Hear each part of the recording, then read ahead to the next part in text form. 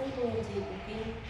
Perkenalkan, nama saya Yulita Mea, guru pendidikan agama Katolik dan Budi Pekerti SMP Negeri 1 Atambua, Kelurahan Manumutin, Kabupaten Belu, Kecamatan Kota Atambua, Provinsi Nusa Tenggara Timur, sekaligus mahasiswa PPG dalam jabatan B3 tahun 2025 pada LPTK Sekolah Tinggi Katolik Santo Yakobus Merauke dengan nomor induk mahasiswa 25869052207.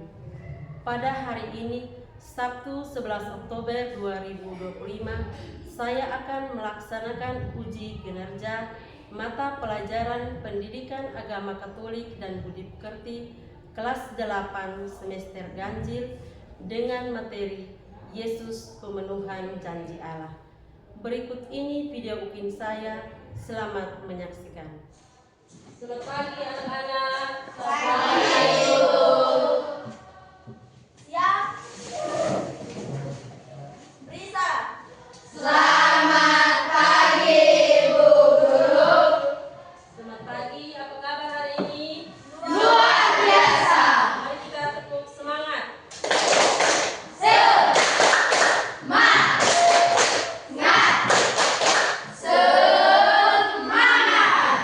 Oke, silakan duduk. Sebelum kita mulai dengan kegiatan kita pada hari ini, Ibu akan absen lebih dulu ya. Hari ini ada yang tidak hadir? Ada. Berapa orang? 2. Atas nama siapa? Ignatius. Dengan Fransiskus.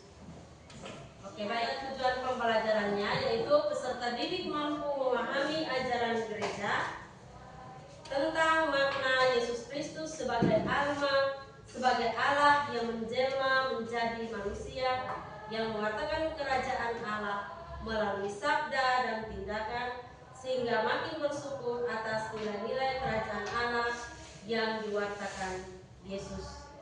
Di sini ada beberapa pertanyaan pemantik untuk kita siswa harus memahami bahwa yang pertama, siapakah di antara kalian yang pernah mengungkapkan janji? Yang kedua adalah apa itu janji? Dan yang ketiga adalah mengapa janji itu harus ditepati. Nah, di dalam sini kenapa kita harus mengungkapkan janji dan apa itu janji? Kemudian yang terakhir adalah janji itu harus kita tepati.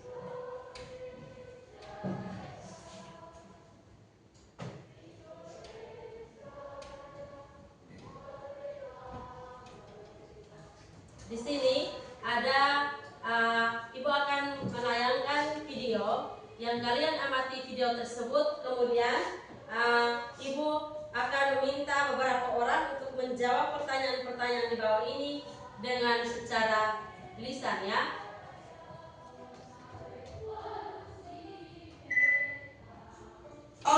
Udah jam 3 sore. Aku kan ada janji sama Mas Damar buat main di taman. Oke, jadi aku mau main sama Mas Damar. Bunda, aku mau main dulu ya sama Mas Damar di taman. Loh, kok Mas Damar nggak ada? Kan janjinya jam 3 sore. Yaudah, aku tunggu dulu.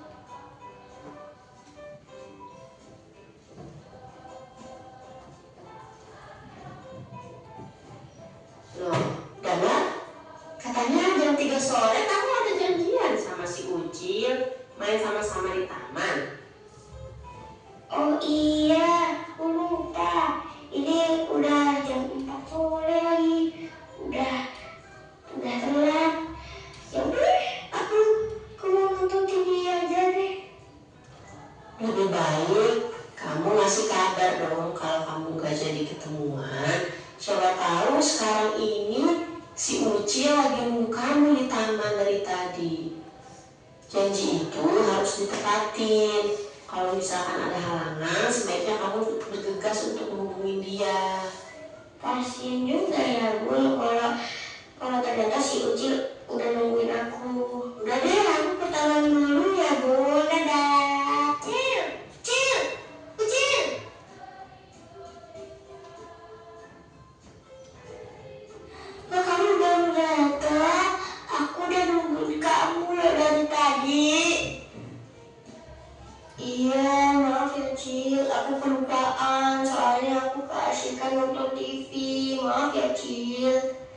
aku maafin. Lagian ini udah sore banget. Besok aja ya kita mainnya. Makasih ya, Cil. Ayo kita pulang sama-sama.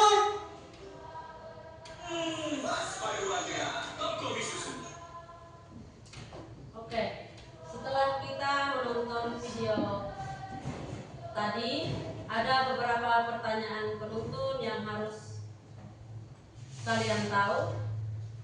Nanti Ibu tanya kepada kalian, siapa yang bisa menjawab bisa langsung mengangkat tangan ya. Pertanyaan yang pertama tentang video yang tadi kalian sudah nonton tadi, ada 4 pertanyaan. Siapa yang bisa menjawab? Apakah kalian tahu tentang janji? Janji itu adalah apa? Silakan. Siapa? Silakan. Janji merupakan suatu kesanggupan seseorang. Janji merupakan suatu kesanggupan seorang untuk melakukan atau mewujudkan sesuatu yang diucapkan. Janji adalah yang kita janjikan atau kita ucapkan kepada siapa? Kepada 2 orang atau lebih. Mari kita berikan aplaus untuk Marcella yang sudah menjawab tadi. Yang kedua, apa konsekuensi atau akibat dari sebuah janji? Silakan. Siapa yang bisa? Esra. Silakan. Seperti janji tersebut meskipun memerlukan suatu kesempatan. Janji itu adalah akibat dari sebuah janji itu adalah apa? Ulang. Harus menepati janji tersebut meskipun memerlukan. Harus menepati janji meskipun harus membutuhkan apa? Pengorbanan. Baik, mari kita berikan aplaus kepada Esra. Berikut yang ketiga, mengapa kalian harus menepati janji? Gabriela. Kita harus menepati janji karena kita telah membangun kepercayaan dengan orang lain. Ya, kita harus menepati janji karena kita sudah membangun apa? Membangun kepercayaan dengan siapa? Dengan orang lain. Oke, yang keempat, menurut kalian apakah alasan kita harus menepati janji atau kita harus membuat janji? Silakan, Gisel. Tanggung jawab, menjaga cita, rasa cinta, menghargai orang lain. Ya, alasan kenapa kita harus membuat janji itu yang pertama karena rasa cinta. Yang kedua karena apa? Tanggung Karena kita merasa tanggung jawab. Yang ketiga karena ingin mewujudkan suatu cita-cita. Dan yang ketiga adalah apa? Membahagiakan orang lain. Nah, dari pertanyaan-pertanyaan yang teman-teman sudah menjawab, di sini Ibu akan memberikan beberapa penegasan tentang tadi yang teman-teman sudah menjawab tadi. Yang pertama tadi tentang apa konsekuensi dari sebuah janji tadi, atau apa yang disebut dengan janji, dan kenapa janji itu harus kita tepati ya. Kita akan melihat sama-sama bahwa berdasarkan jawaban peserta didik, guru dapat memberikan beberapa penegasan sebagai berikut. Yang pertama, itu menurut Kamus Besar Bahasa Indonesia, janji itu adalah ucapan yang menyatakan keadaan atau kesediaan untuk melakukan sesuatu. Misalnya hendak memberi atau hendak menolong. Nah, itu yang pertama. Yang kedua, janji itu adalah persetujuan dari kedua belah pihak. Misalnya menyatakan kesediaan dan kesanggupan untuk berbuat atau tidak berbuat sesuatu. Kita tidak berbuat sesuatu. Yang kedua itu adalah konsekuensi dari sebuah janji. Nah, konsekuensi dari sebuah janji itu adalah harus menepati janji tersebut meskipun kita memerlukan suatu pengorbanan. Dan yang ketiga, pertanyaan yang ketiga itu adalah janji yang terwujud akan membahagiakan diri orang yang berjanji, atau yang diberi janji itu juga akan membahagiakan akan membahagiakan diri sendiri. Atau orang yang diberi janji juga akan memberikan sebuah janji kepada orang lain. Jadi janji yang sudah kita tepati itu kita akan membahagiakan orang lain. Sedangkan janji yang kita tidak menepati janji tersebut itu akan merugikan diri kita sendiri atau merugikan diri orang lain. itu adalah alasan seseorang mau mengungkapkan janji. Misalnya karena ada rasa cinta.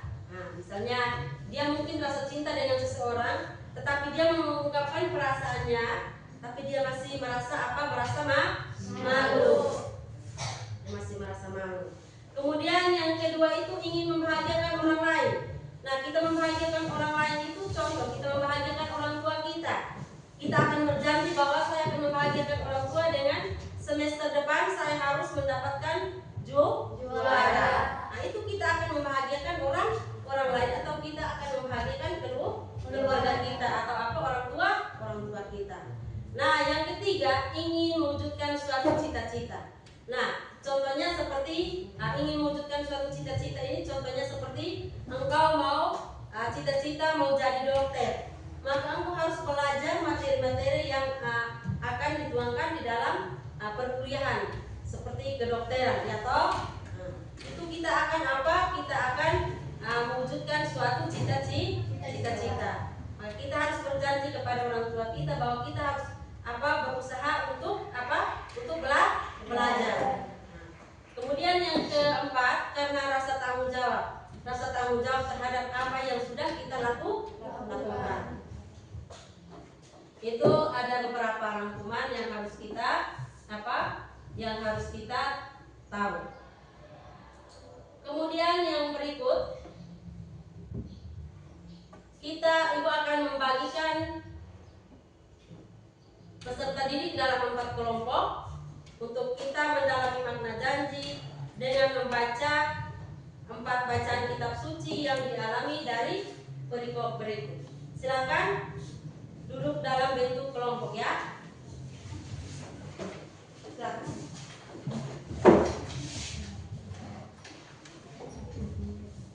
Kelompok 1, kelompok 2,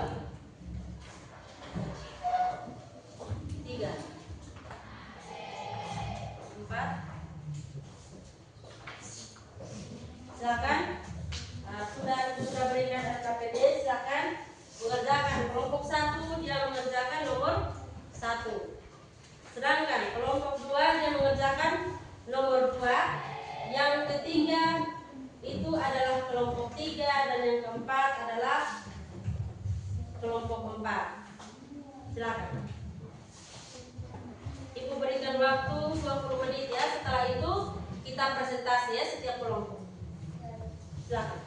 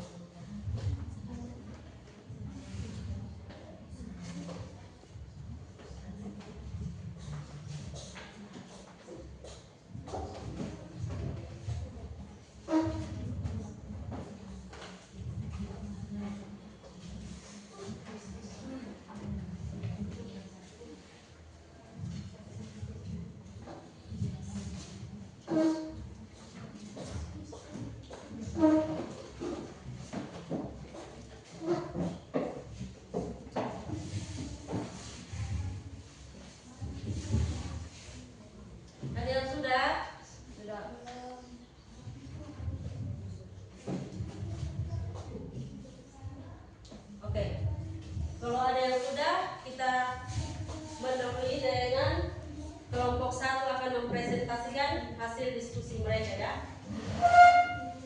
Berdiri saja. Tidak apa.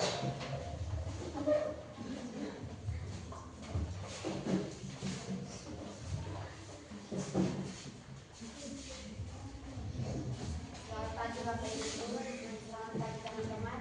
Kami akan mempresentasikan hasil diskusi kami yang dibacakan oleh Cia. Satu ayat manakah yang menunjukkan bahwa Allah pernah berjanji?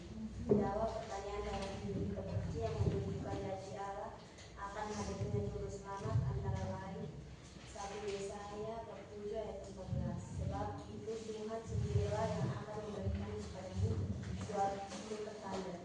Sesungguhnya seorang perempuan muda mengandung dan akan melahirkan seorang anak laki-laki dan ia akan menamakan dia Immanuel. Bagaimana Allah memenuhi janji?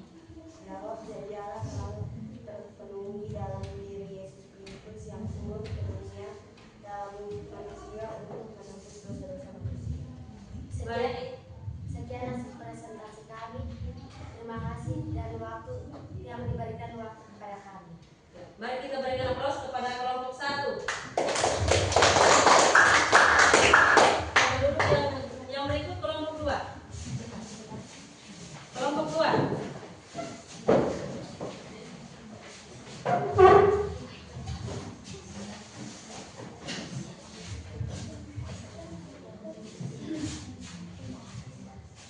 Selamat pagi Ibu Guru. Selamat pagi Ibu Guru dan teman-teman. Kami akan presentasi pada kelompok kami.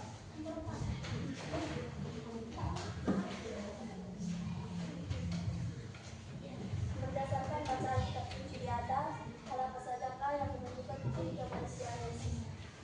Jawab, Yesus adalah penuhan dari Allah tersebut, hadir dalam wujud manusia dengan ciri-ciri selayaknya manusia.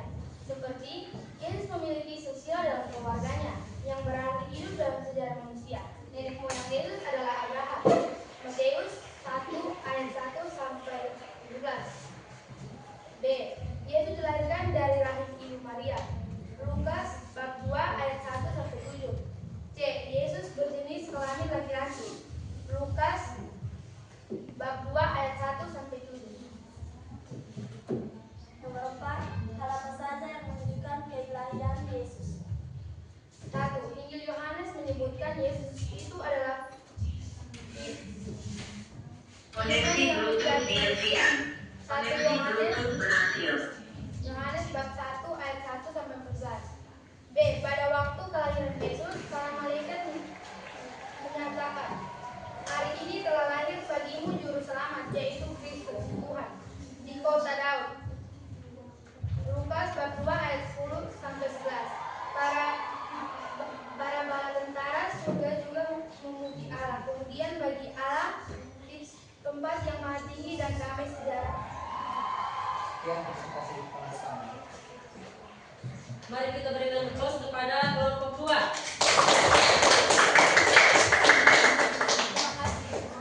Silakan kelompok berikut.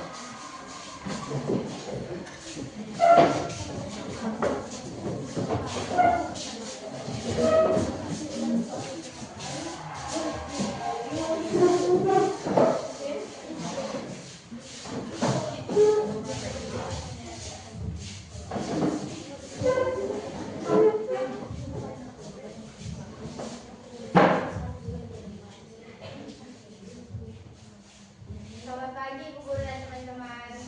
Pagi. Kami dari kelompok 3 akan mempresentasikan hasil tugas kelompok kami yang akan dibacakan oleh teman kami Devi. Kepada Devi, waktu dan tempat kami persilahkan. Nomor 5. Tulislah hal lain yang menunjukkan keilahian dan kemanusiaan Yesus dengan melengkapi kolom-kolom berikut ini. Bacaan kitab suci. Matius bab 1 ayat 1 sampai 17, Matius bab 14 ayat 12 sampai 14, Matius bab 21 ayat 18, Matius bab 27 ayat 50, Markus bab 6 ayat 3, Markus bab 14 ayat 38, Lukas ayat 19:45. Keilahian Mesias atau juru selamat. Kemanusiaan, Yesus memiliki ciri-ciri dalam keluarganya. Matius bab 1 memberi makan 5.000 orang. Kemanusiaan, Yesus menyendiri saat tahu pembunuhan Yohanes. Matius bab 11 ayat 12 sampai 14. 3. Kealahan, kuasa untuk mengutuk dan membuat layu pohon ara. Kemanusiaan, marah dan kelaparan sebagai manusia. Matius bab 21 ayat 18. 4. Keilahian menebus dosa manusia. Kemanusiaan mengalami sengsara wafat seperti manusia. Matius bab 27 ayat 50. Oke. Demikian hasil presentasi dari kelompok kami. Terima kasih atas waktu dan kesempatan yang telah diberikan kepada kelompok kami. Mari kita berikan aplaus kepada kelompok terakhir.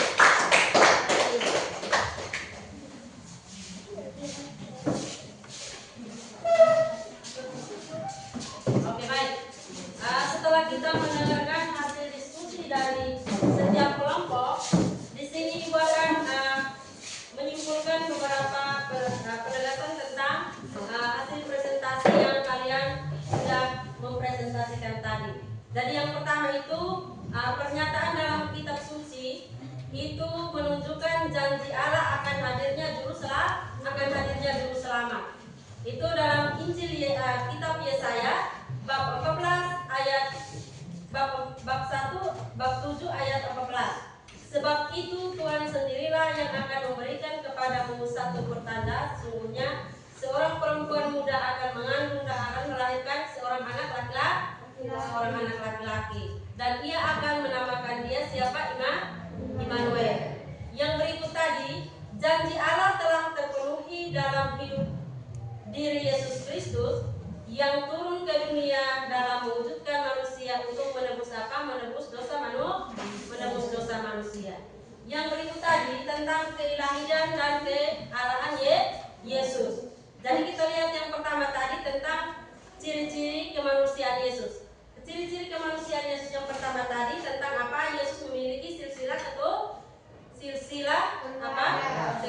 keluarga. Yang berarti Yesus hidup dalam sejarah manusia atau nenek moyang Yesus adalah Abraham. Yesus dilahirkan dari rahim ibu. Yang ketiga, Yesus berjenis kelamin laki-laki, dan yang berikut itu adalah mengalami rasa sedih. Itu adalah ciri-ciri apa? Ciri-ciri kemanusiaan Yesus. Yang berikut itu adalah ciri-ciri kealahan Yesus. Jadi Injil Yohanes menyebut Yesus itu adalah firman dan menjadi manusia. Yang kedua, keilahian Yesus juga tampak pada peristiwa mujizat-mujizatnya seperti mengubah air menjadi anggur. Kemudian yang berikut mengadakan 5 roti dan 2 ikan. Itu dalam Injil Matius 14 ayat 15 sampai dengan 21. Kemudian menyembuhkan orang buta. Nah, itu tentang apa? Keilahian Yesus. Nah, yang terakhir itu adalah hal-hal lain yang menunjukkan apa? Hal-hal lain yang menunjukkan tentang keilahian dan kealahan Yesus. Itu ada 4. Yang pertama, Yesus menyatakan kesatuannya dengan Allah, Bapa dan Aku adalah satu, atau Aku dan Bapa adalah satu. Itu menurut Injil Yohanes bab 10 ayat 30. Yang berikut Yohanes 20 ayat 28. Thomas menyebut Yesus Tuhanku dan Allahku, dan Yesus menerimanya. Kemudian yang kedua itu adalah hal lain yang menunjukkan kemanusiaan Yesus adalah Yohanes bab 6 ayat 1 sampai 15. Tindakan ini dilakukan setelah orang banyak mengikutinya atau menunjukkan bahwa dia adalah manusia yang dikelilingi dan melayani manusia yang lapar. Nah, setelah setelah kita mendengarkan beberapa ini, apakah kalian sudah paham tentang materi yang tadi diberikan? Sudah? Nah, kalau sudah, maka di sini Ibu akan memberikan refleksi. Nah, ini refleksi. Guru mengajak peserta didik untuk melakukan refleksi atas kegiatan pembelajaran hari ini sebagai yang pertama itu anak-anak yang dikasihi Tuhan sungguh Allah begitu baik kepada kita manusia, bahwa Ia menjanjikan putranya untuk keselamatan kita, dan janji itu telah Allah terpenuhi dalam diri Yesus Kristus, yang sungguh manusia dan sungguh Allah, telah rela turun ke dunia dalam wujud manusia, maupun solider dengan hidup manusia. Nah, bagaimana dengan kalian? Apakah kalian selalu menepati janji tersebut? Yang berikut, apakah kita mampu meneladan Yesus yang rendah hati? Dan yang terakhir, maukah kita bersikap solider pada teman-teman terlebih yang berkekurangan? Nah, ini adalah refleksi dalam pembelajaran kita pada hari ini. Nah, sebelum itu, mari kita menutup kegiatan kita pada hari ini dengan doa penutup.